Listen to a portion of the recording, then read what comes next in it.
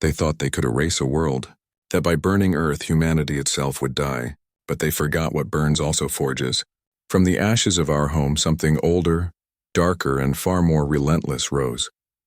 We had played their game, followed their laws, their treaties, their illusion of civility. But when they slaughtered our people, they reminded us what we truly are. Now the galaxy will learn the one lesson written in fire across the stars. Humanity does not forgive. And this time, we're not playing Civilized. The Awakening. The message arrived on a Tuesday morning, Earth Standard Time. Commander Helena Voss stared at the empty transmission log from Research Station Meridian, her coffee growing cold in her hand. 48 hours of silence from a facility that reported in every 6 hours without fail. Her instincts, honed over 20 years of service, screamed that something was catastrophically wrong. Meridian Station orbited a gas giant in the outer reach, a region humanity had been studying for valuable resources. 3,000 scientists, engineers, and their families called it home. It was one of humanity's proudest achievements, a symbol of how far the species had come since joining the Galactic community 100 years ago. The station represented hope, progress, and peaceful expansion into the cosmos. When the investigation team arrived 72 hours later, they found a tomb. The station was intact, power flowing, life support functioning perfectly. But every human being aboard was dead. Not from accident or equipment failure. They had been systematically executed, shot down in corridors and laboratories in their living quarters. Children still clutched toys. Scientists died at their workstations. The elderly had been killed in the medical bay where they sought shelter. 3,000 lives extinguished with cold precision. Ambassador Marcus Reeves stood in the Great Hall of the Galactic Assembly, a structure so vast it could hold representatives from 800 different species. He had served Earth here for 15 years, building relationships, negotiating treaties, always maintaining the careful balance between showing strength and not appearing threatening.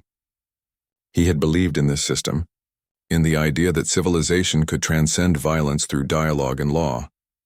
Now he looked at the assembled delegates with different eyes. The evidence played on holographic displays throughout the chamber. Vrexian warships had been detected near Meridian Station. Energy signatures matched their military vessels perfectly.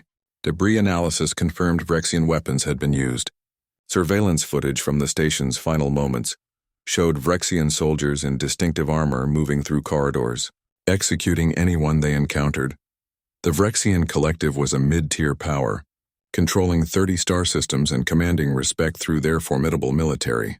They had been humanity's neighbors in space for decades, relations cool but professional.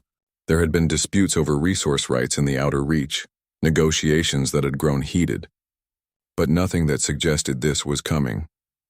High Overseer Krenix of the Vrexian Collective stood in his delegation space, his scaled form radiating contempt. He denied everything with casual ease. The Collective had ships in that region, yes. They were conducting routine security operations. If humans chose to build research stations in contested space, that was their error in judgment. What happened to those humans was regrettable, but the Vrexian Collective had no involvement whatsoever. Marcus watched other delegates. Some showed genuine horror at the evidence. Others looked uncomfortable, uncertain. Many simply calculated political advantage. The Vrexians had allies, species who depended on their trade or feared their military power. The mathematics of galactic politics began their inevitable work. The assembly debated for 6 days. Marcus presented more evidence, more testimony, more proof. The Vrexians denied and deflected. Their allies muddied waters with procedural questions and demands for additional investigation. Species who might have supported humanity remained silent, unwilling to antagonize a military power over an incident that did not directly affect them. On the 7th day, the assembly reached its decision. The Vrexian Collective would face economic sanctions targeting specific luxury goods. They would receive a formal censure.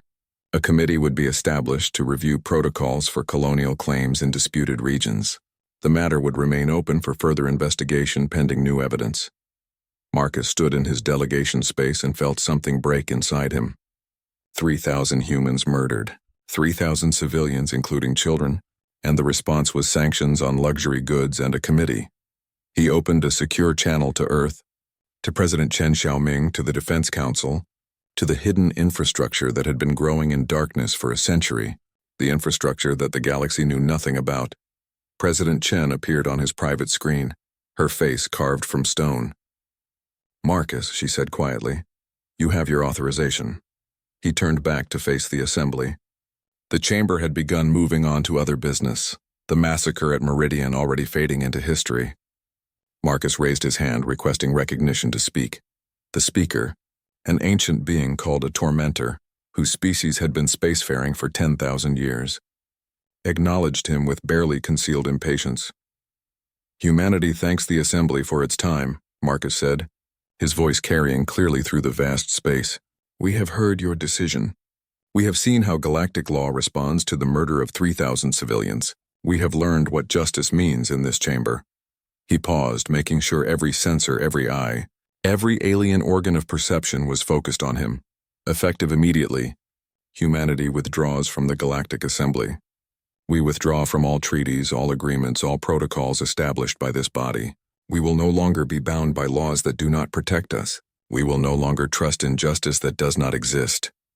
The chamber erupted in shocked noise, a cacophony of surprise from hundreds of species.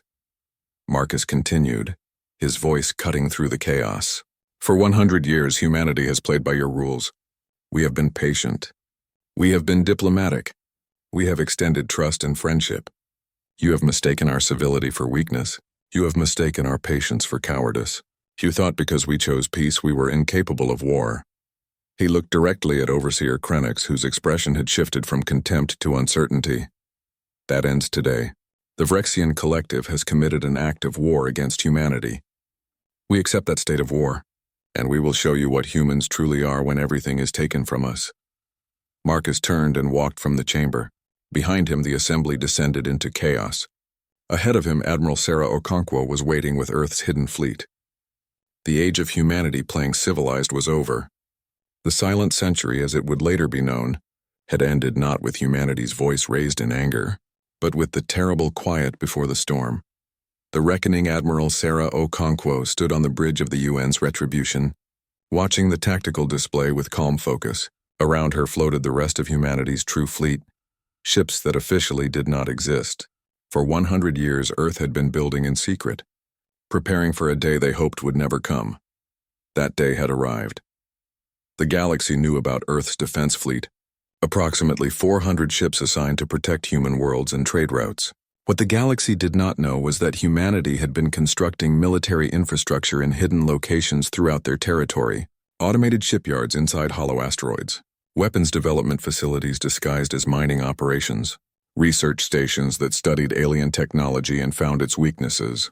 Earth's actual military consisted of 2,300 warships, each equipped with technology the Galactic Assembly had explicitly forbidden. Artificial intelligence targeting systems that could think faster than any organic crew. Weapons that manipulated gravity itself to tear ships apart. Kinetic bombardment systems that could turn asteroids into planet-killing projectiles. Humanity had signed treaties promising not to develop these weapons. They had signed those treaties while knowing they would break them if survival demanded it. For a century they had smiled and nodded and built their arsenal in darkness, hoping it would rust unused. The Vrexians had made that hope impossible. Colonel James Torres stood beside Sarah reviewing target data. He was a thin man with graying hair and eyes that had seen too much combat in humanity's earlier wars. "Admiral, we have confirmation on all Vrexian military installations in their home system. Shipyards, weapons platforms, fleet staging areas. We can hit them simultaneously," Sarah nodded. The plan had been prepared years ago, updated constantly as intelligence flowed in. Humanity had been watching the Vrexians closely, mapping every military asset, studying their tactics and technology. When you planned to fight someone, you learned everything about them first. "Status of civilian populations?" she asked. All Vrexian military installations are separated from civilian centers by at least 50 kilometers. We can strike without civilian casualties if we're precise. That was important. Humanity was not the Vrexian Collective. They would not murder the innocent to punish the guilty, but they would absolutely destroy the military capability of any species that threatened human survival.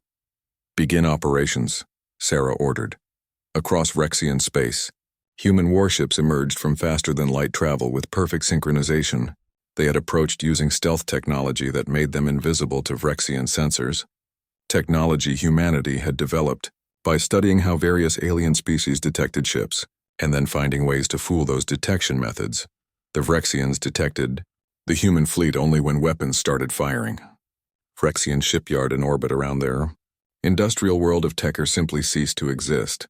Torn apart by weapons that generated localized gravity wells, the shipyard crumpled like paper, its structure unable to withstand forces that bent space itself. Escape pods launched automatically, carrying the yard workers to safety. The humans let them go. Military weapons platforms that defended Vrexian worlds found themselves targeted by missiles with artificial intelligence guidance systems that adapted to countermeasures in real time. Point defense systems that should have stopped the missiles failed because the missiles learned faster than organic commanders could adjust tactics. Platforms exploded in silent fury across a dozen worlds. The Vrexian home fleet, 300 warships considered among the most powerful in the galaxy, moved to engage the human forces. They outnumbered the human attack group 5-1. Their commanders, trained in warfare that had evolved over thousands of years, coordinated their assault with practiced precision. It did not matter. Human ships moved with impossible coordination, their AI systems sharing tactical data instantaneously across the fleet. When Vrexian ships fired, human vessels simply were not where the weapons arrived. When humans fired back, every shot found its target. Vrexian shields, designed to stop energy weapons, proved useless against kinetic projectiles moving at relativistic speeds. In 20 minutes, the Vrexian home fleet was reduced to debris and fleeing survivors. The humans had lost 3 ships, damaged but repairable. The Vrexians had lost everything. Across the galaxy, species watched in stunned silence as the battle footage spread. Humans had released everything, broadcasting their assault in real time. They wanted everyone to see. They wanted everyone to understand. In the Galactic Assembly Chamber, delegates watched the displays in horror and fascination.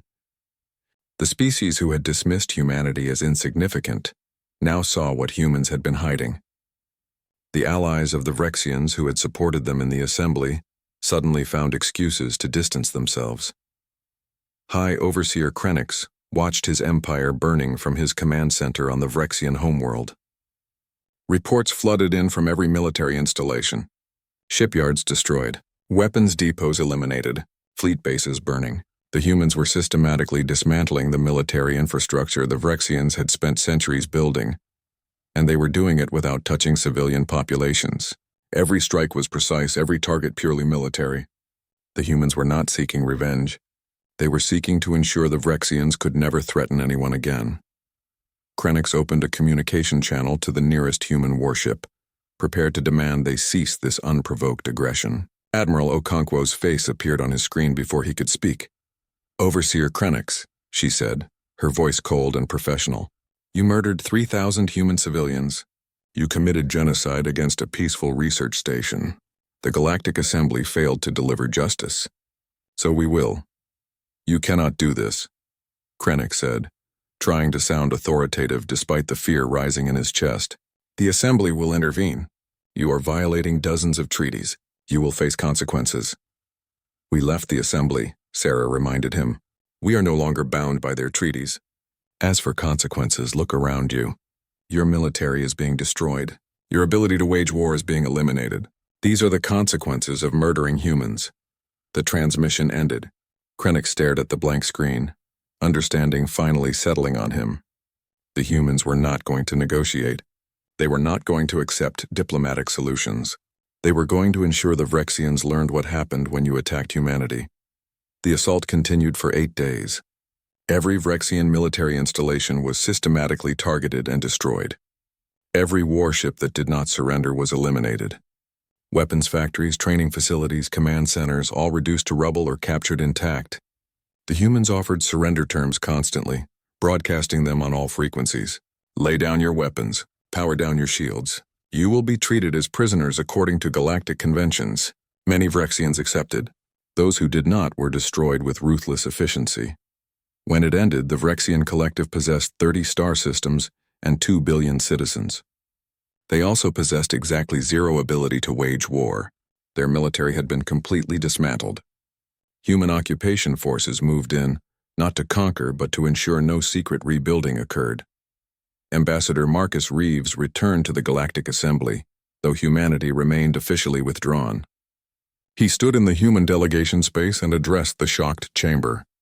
"Humanity has established what we call the Silent Protocol," he announced. "Any species that commits genocide against civilian populations will face immediate military intervention from Earth.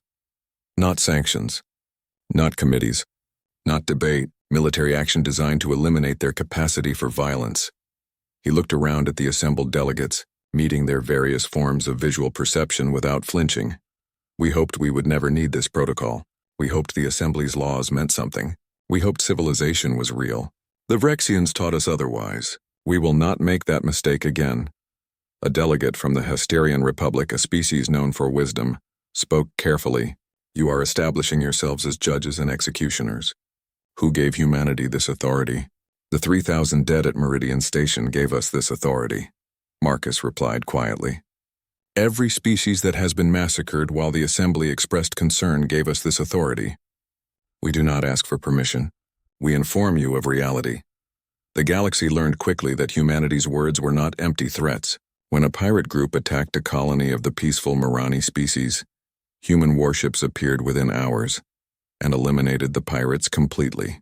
When a territorial dispute between two species threatened to escalate to civilian casualties, human mediators arrived with a simple message: "Resolve this peacefully or we will intervene." Species that had dismissed humanity discovered their rules had changed. The galaxy was no longer governed only by the Assembly's endless debates and toothless resolutions. Now there was another force, one that actually enforced consequences. On Earth, President Chen stood at the memorial constructed for Meridian Station, 3,000 names etched in stone, illuminated by lights that would burn for centuries. She read some of the names aloud, remembering that each one represented a life full of dreams and potential now lost forever. "We did not want this path," she said to the gathered crowd. "We wanted peace. We wanted to believe in civilization and law. But when civilization failed us, we had to become something else, something harder. Something that protects the innocent by ensuring the guilty face consequences." She looked up at the stars visible in Earth's night sky. "The galaxy will fear us now. Perhaps they should. But they will also know that humanity stands between them and those who would commit atrocities. We stopped playing civilized not because we are monsters, but because sometimes monsters need to be stopped by those strong enough to do it." The silent century had ended. The age of human enforcement had begun, and across the galaxy, species understood that the rules had changed forever.